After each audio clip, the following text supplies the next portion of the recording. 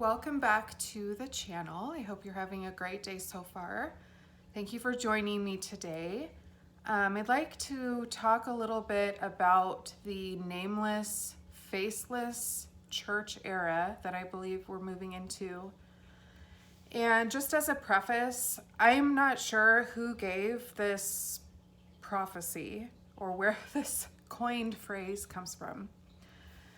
I also don't really know what people say or believe this means exactly, but I wanted to share what I believe. The Lord has taught me that this is kind of leaning towards a certain meaning moving forward in the church. So what we have in ministry, we have a current model that is largely accepted by the general population of ministers, where we have a particular ministry name and we associate that name with a particular face or a particular minister. So from an overarching broad perspective, it looks like, and this is what we have thousands of individual ministry names, brands, logos, goals, and agendas. In this, the world places value on the size of ministry. So you're successful if you have a large following. Now, building an individual ministry is not going to be duplicatable in the great harvest. This is not the message that we are preaching or teaching others to do. Teamwork. So God wants his chosen people, called by his name, to move into greater teamwork.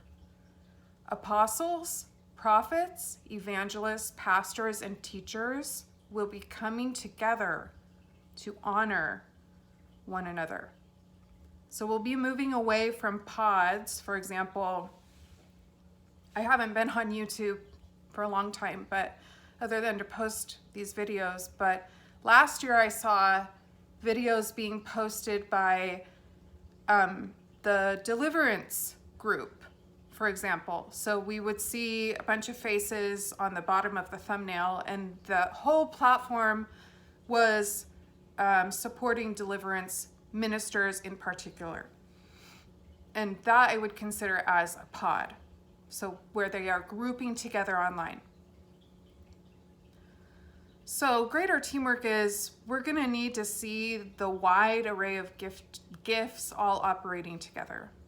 So all the parts need to be represented and welcomed, to be working together in partnership, each considering the other part better than his own. What is the purpose of this? The purpose is unity. So we're going to be doing what benefits the body and what is on the Lord's agenda. We have to be willing to set aside personal effort and pursuits to perform God's will. His will is that we come together in unity and one accord. Why? So the Lord himself will be high and lifted up for the world to see his beauty. For the world to know his love and to see his love as we love one another. So a question that I have in here, what are we willing to sacrifice in order to make this happen? So God desires a return to the simple book of Acts church. So in thinking about that model, one has to ask themselves, does each apostle branch off to create his own ministry name and teach others to do the same? No, we come under the authority of the Lord as the head and work together as a body. Transition. We're moving into a time where personal brands must take a back seat to the unity that God wants to bring to the forefront. So we will be entering a time where the brands and ministry names will dissolve to greater unity as the remnant comes together.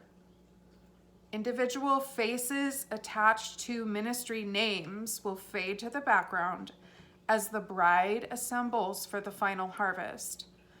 This is the end of days, nameless and faceless era for the true church.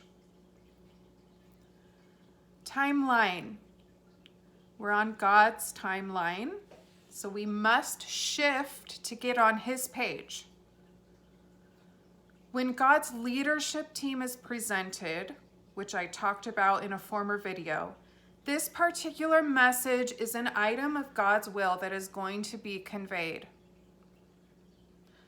I'm imagining the announcement of this leadership team will take sudden effect within the church. And this is something that is going to be implemented online at the beginning. So, men, God needs you to step into your authority that he has given you to defend the weak and to establish order. As God's agenda is conveyed, the nameless, faceless call to action may be difficult for some as they may want to hold on to what they have been building over the years. So we're going to need to move beyond that into greater teamwork in evangelizing, teaching, training, and raising up the entire body. Those that are the Lord's will hear his voice. They'll set aside personal names and agendas as part of separating from the world and its systems into the remnant, the bride. So in closing, I wanted to read from John chapter 17, which is Jesus praying. Let's see what the section says. Praise for his disciples, and then praise for all believers. So I'm going to read verse 11 and then 20 through 23. And this is the Lord speaking. I will remain in the world no longer, but they are still in the world, and I am coming to you. Holy Father, protect them by the power of your name, the name you gave me, Jesus, so that they may be one as we are one. My prayer is not for them alone. I pray also for those who will believe in me through their message, that all of them may be one, Father, just as you are in me and I am in you. May they also be in us so that the world may believe that you have sent me. I have given them the glory that you gave me, and that they may be one as we are one. I in them and you in me. May they be brought to complete unity, to let the world know that you sent me and have loved them, even as you have loved me.